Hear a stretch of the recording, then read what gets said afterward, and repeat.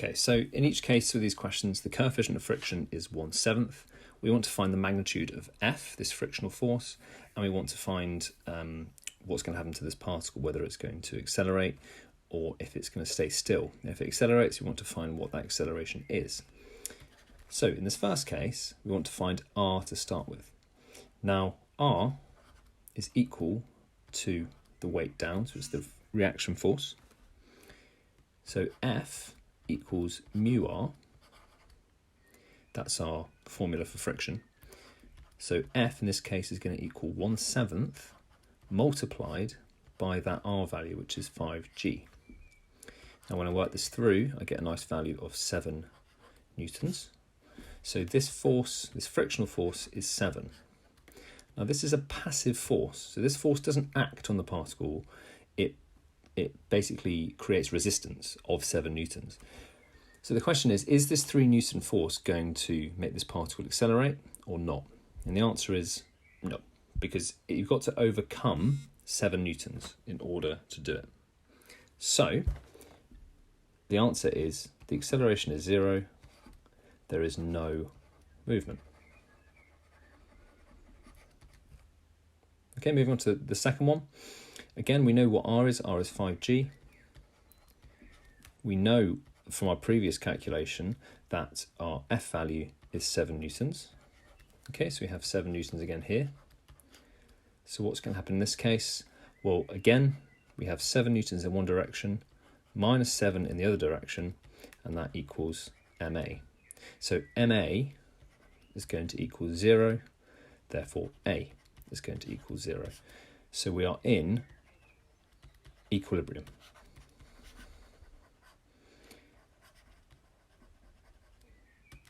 Where are the I's? I, equilibrium. So we are at the point of moving.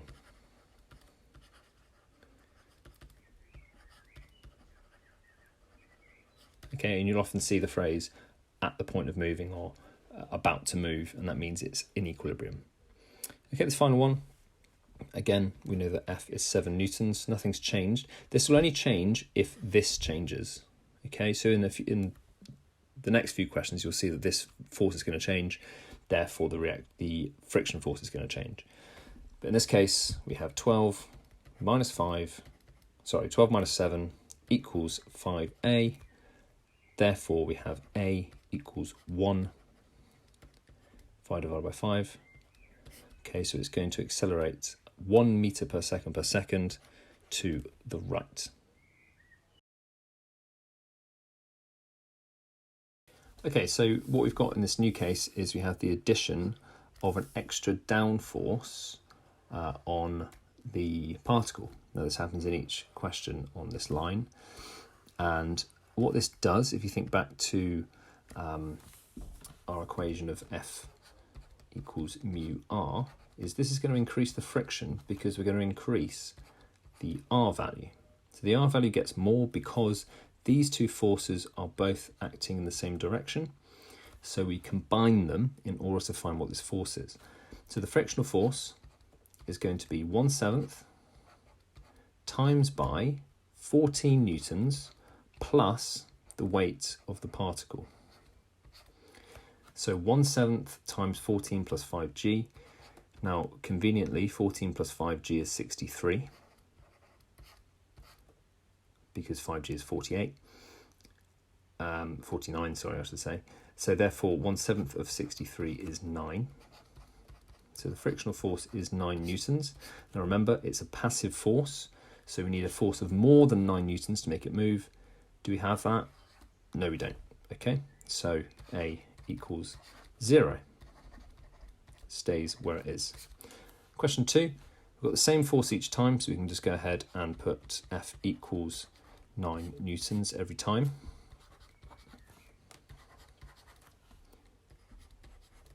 In this case, 9 newtons and 9 newtons. Again, it's A equals 0. It is in equilibrium.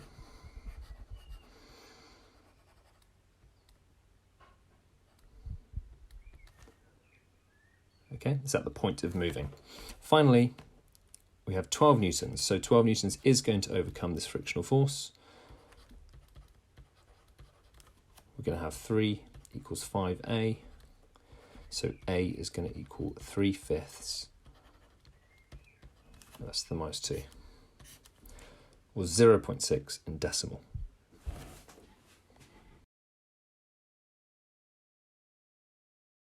Okay, so in this case, opposite to the last question, instead of having an extra down force, what we've got is we have a force going upwards. And what this is going to do is this is going to make the reaction force on the surface less. So F equals mu r. This r is going to reduce, therefore F is going to reduce. Okay, so we're sort of unweighting this particle slightly. Let's see what value that gives us for our friction.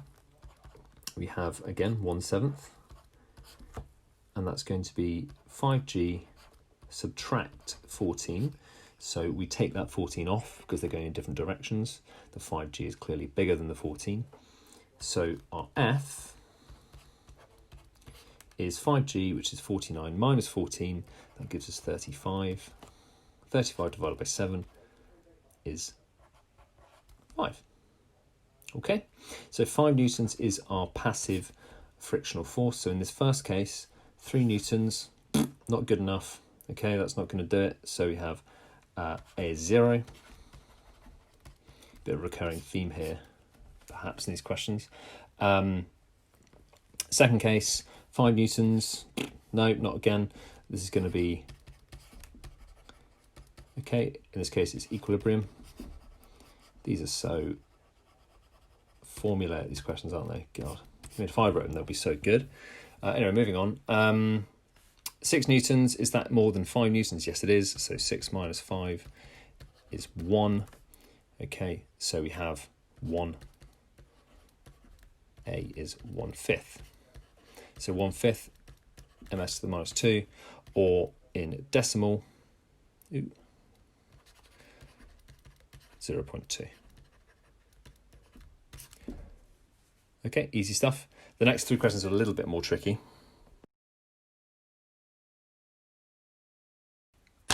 Okay, so for these ones, we've got the added sort of entertainment of having a non-perpendicular force, which is, it's great fun. Basically, here's what I would do. You need to redraw each of these using a point diagram. This is something we're going to use a lot more in sort of future weeks and in some of the more work we do. You basically redraw this diagram only with perpendicular forces, and this is going to help you hugely in sort of working out the resultant force in each direction. So let's start labelling them on. We've got 5g down, we've got r going up.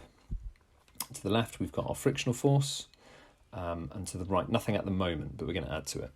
So we need to work out what these forces are. So we have a component of force here and a component of force here. This one is opposite the angle, so this one's going to be 14 sine 30, and this one here, which is adjacent, is going to be 14 cos 30. Now all I do is I label these on the diagram in the orientation they are in. So this one is going to add to the Rn, so we're going to have Rn plus 14 sine 30, and this one is going to add here, going to the right, 14 cos 30. Okay, now all I do is I work out my frictional force. So I go F equals 1/7. So I'll write in F equals mu r to start with. So F equals 1/7 5g minus 14 sine 30.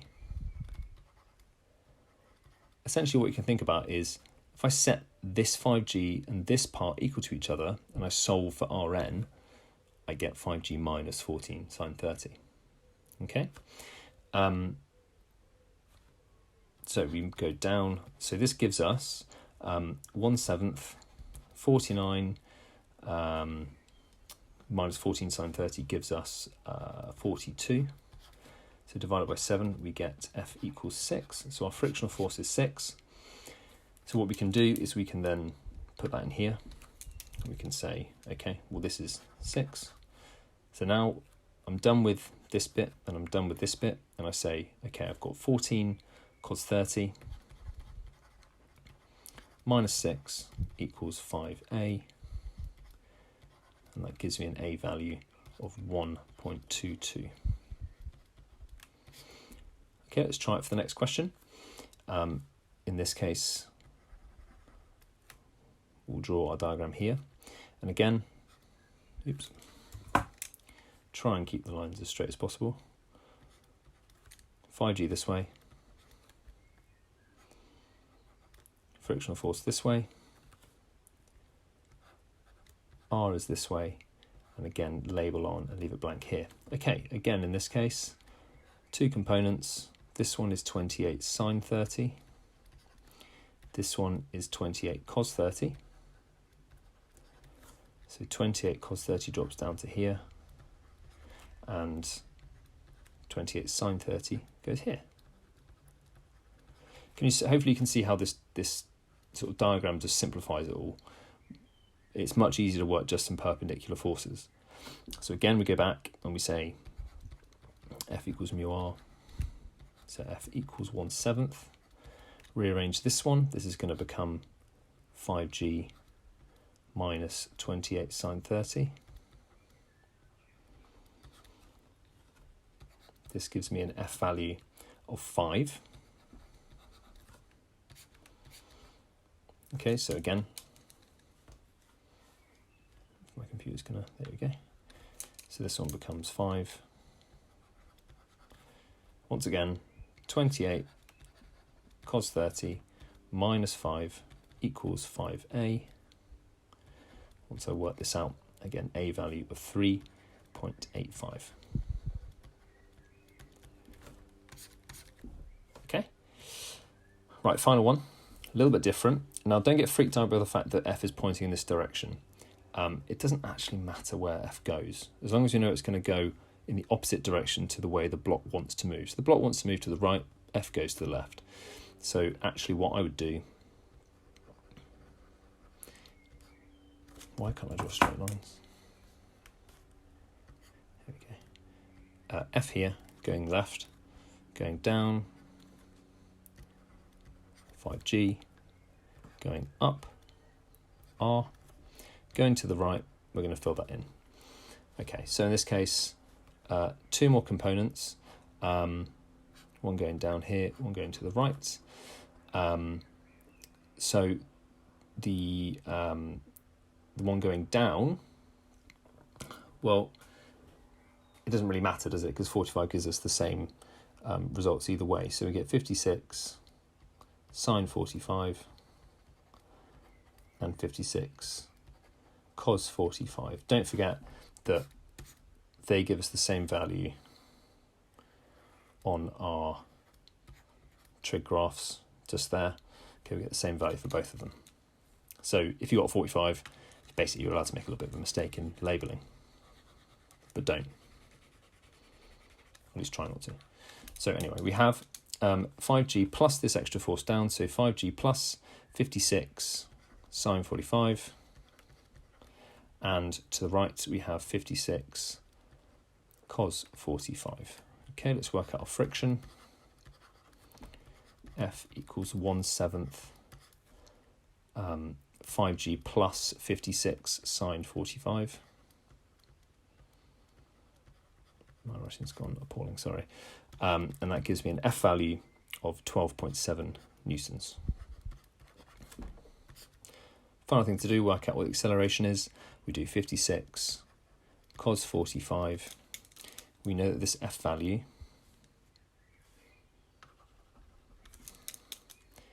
is now 12.7. So we do 56 cos 45 minus 12.7, and that equals 5a. Work it through, and we get a final answer of 5.38 meters per second. Okay, a little bit more complicated those ones, but by using this point method, we make our life a lot easier.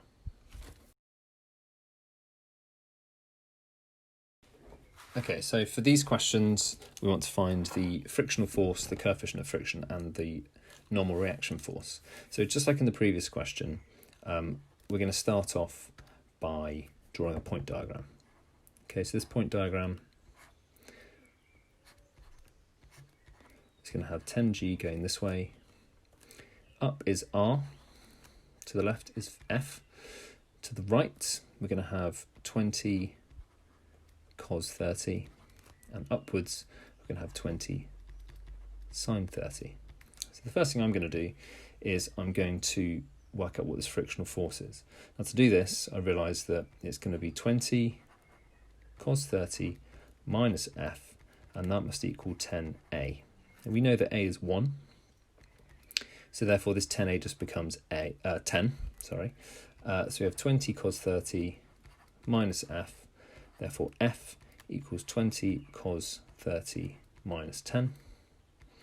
So the frictional force is 7.32 newtons. Okay, to work out the normal reaction force, R is going to equal 10G minus 20 sine 30. This gives me an R value of 88 newtons. So to put this all together, to find the coefficient of friction, I'm going to do F equals mu R. Mu therefore equals F over R. I know that F is 7.32. And I know that R is 88. If you get a little bit lost at this point, just make sure that you have the small number at the top, bigger number at the bottom, because coefficient of frictions must be less than 1. This one is 0.083. The other thing to remember is there is no units for coefficient of friction. It's just a coefficient, it's just a number. Okay, moving on, next one. Another point diagram. 10G down, F to the left, R upwards. To the right, we're going to have 20 cos 60, and upwards, adding to the R, is 20 sine 60. Okay, same process again. 20 cos 60 minus F must equal the mass times the acceleration. So it's 10A. In this case, the acceleration is 0.5. So I have 20 cos 60, 10 times 0.5, 10 times a half, or is 5. This gives me a friction of 5 newtons. Okay, to work out R, we're going to do 10G minus 20 sine 60. And in this case, I get a value of 80.68 newtons. Okay, combine this together. Our mu, again, is our frictional force divided by our normal reaction. Our frictional force is 5, so it's 5 divided by 80.68. This gives me a mu value of 0.062.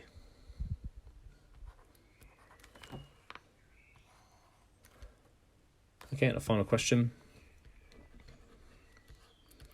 Another point diagram. This becomes second nature to you. Don't you worry. 10G, R upwards. Oh, chopped you off, R, haven't we? There you go. F to the left again. Don't worry that it's there. One of the reasons they might put that there is so that it doesn't kind of confuse this bit here. So yeah, again, don't get freaked out by it. To the right, we have 20 root 2 times sine 45. And downwards, we have 20 root 2 cos 45. It doesn't actually matter if we use cos or sine. Doesn't matter. Okay, again, 20 root 2 sine 45 minus F equals 10A. F equals 20 root 2 sine 45. Subtract 10 times 0.5, which is 5. My frictional force in the last one, therefore, is 15 newtons, 1.5. My reaction force is going to be 10G plus, in this case, because it's acting downwards, 20 root 2 cos 45. This comes out to 118 newtons. And finally, my mu is going to be 15 divided by this 118. Mu value for the last one is 0.13.